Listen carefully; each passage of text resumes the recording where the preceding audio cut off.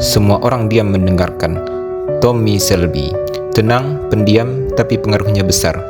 Kita nggak harus banyak bicara untuk jadi berpengaruh. Tapi, kenapa sih rasanya susah buat mulai obrolan kecil? Kalau kita bicara soal pemimpin kuat, strategis, dan berpengaruh, nama Thomas Selby adalah serial Peaky Blinders. Sering masuk dalam daftar, tapi menariknya, kalau kita perhatikan baik-baik, Tommy bukanlah sosok yang vokal atau ekspresif. Dia bukan orang yang suka berbasa-basi atau bicara panjang lebar, justru sebaliknya. Tommy adalah tipe yang lebih sering diam, berpikir dan mengamati. Ia hanya berbicara ketika perlu. Ketika ia bicara, semua orang mendengarkan. Ini menarik, karena karakter seperti Tommy membuktikan satu hal penting, bahwa menjadi introvert tidak membuat seseorang kurang efektif dalam bersosialisasi atau memimpin. Bahkan dalam banyak kasus, kepribadian introvert justru membawa pendekatan yang lebih strategis, lebih dalam, dan lebih fokus dalam membangun relasi sosial maupun pengaruh.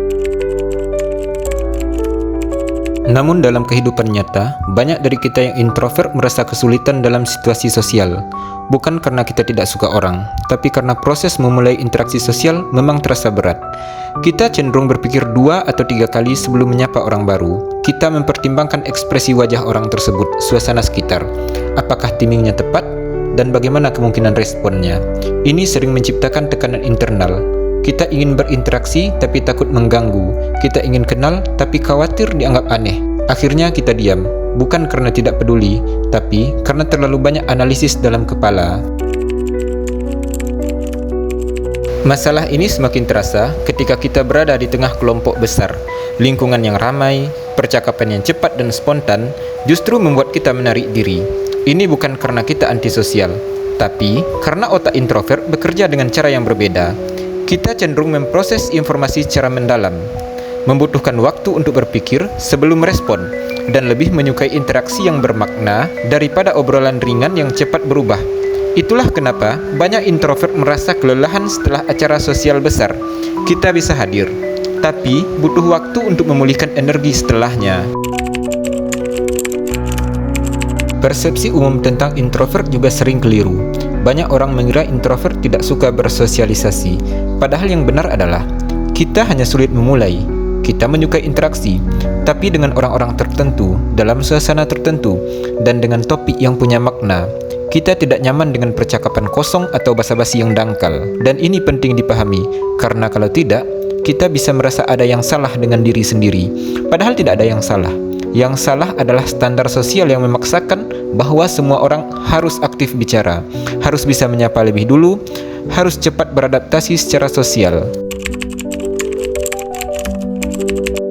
Dalam konteks kerja, kampus, atau bahkan pertemanan, hal ini bisa membuat kita tertinggal. Orang yang lebih cepat bicara, lebih mudah terlihat. Yang lebih vokal, lebih sering dianggap pemimpin. Sedangkan kita, meskipun punya ide atau perspektif yang bagus, seringkali tidak mendapat ruang hanya karena kita tidak mampu menyampaikannya secepat orang lain. Ini bukan berarti kita tidak mampu, tapi sistem sosial saat ini seringkali tidak dirancang untuk memberi ruang bagi tipe kepribadian seperti kita. Padahal, banyak solusi hebat, keputusan penting, dan relasi bermakna lahir dari mereka yang berbicara dengan pertimbangan matang, bukan sekedar spontanitas. Jadi, apa yang bisa kita lakukan sebagai introvert agar tetap bisa membangun koneksi, tetap bisa bersosialisasi, tanpa memaksakan diri menjadi orang lain? Pertama, kita harus berhenti menyamakan kemampuan sosial dengan kecepatan berbicara. Sosialisasi bukan tentang siapa yang paling banyak bicara, tapi siapa yang paling bisa menciptakan kenyamanan dan kepercayaan. Dan itu bisa kita lakukan lewat mendengarkan dengan aktif, merespon dengan tepat, dan hadir secara emosional. Kedua, kita bisa mulai dari interaksi yang lebih kecil dan terarah. Tidak perlu memaksakan diri hadir dalam kelompok besar jika itu melelahkan. Kita bisa membangun relasi lebih kuat justru dalam interaksi one-on-one atau kelompok kecil yang lebih fokus dan tenang. Ketiga, persiapkan diri sebelum masuk ke situasi sosial. Ini bukan berarti kita harus skrip semua pembicaraan, tapi setidaknya punya beberapa ide dasar untuk memulai percakapan ringan bisa sangat membantu. Misalnya, menanyakan pendapat orang lain tentang topik tertentu, atau sekedar memberikan komentar ringan tentang situasi yang sedang terjadi. Keempat, Kita perlu paham bahwa canggung adalah proses normal. Semua orang pernah canggung.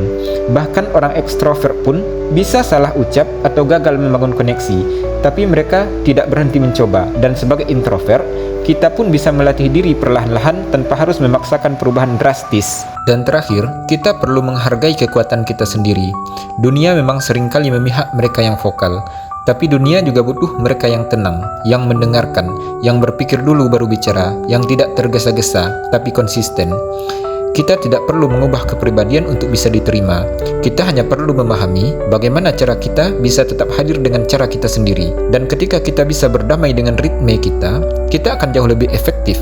Karena kita tidak lagi membuang energi untuk menjadi orang lain. Introvert bukan berarti lemah, bukan berarti tertutup, bukan berarti tidak suka orang. Introvert hanya berbeda dalam cara memproses dunia, dan perbedaan itu bukan sesuatu yang harus disembunyikan, tapi justru bisa jadi kelebihan.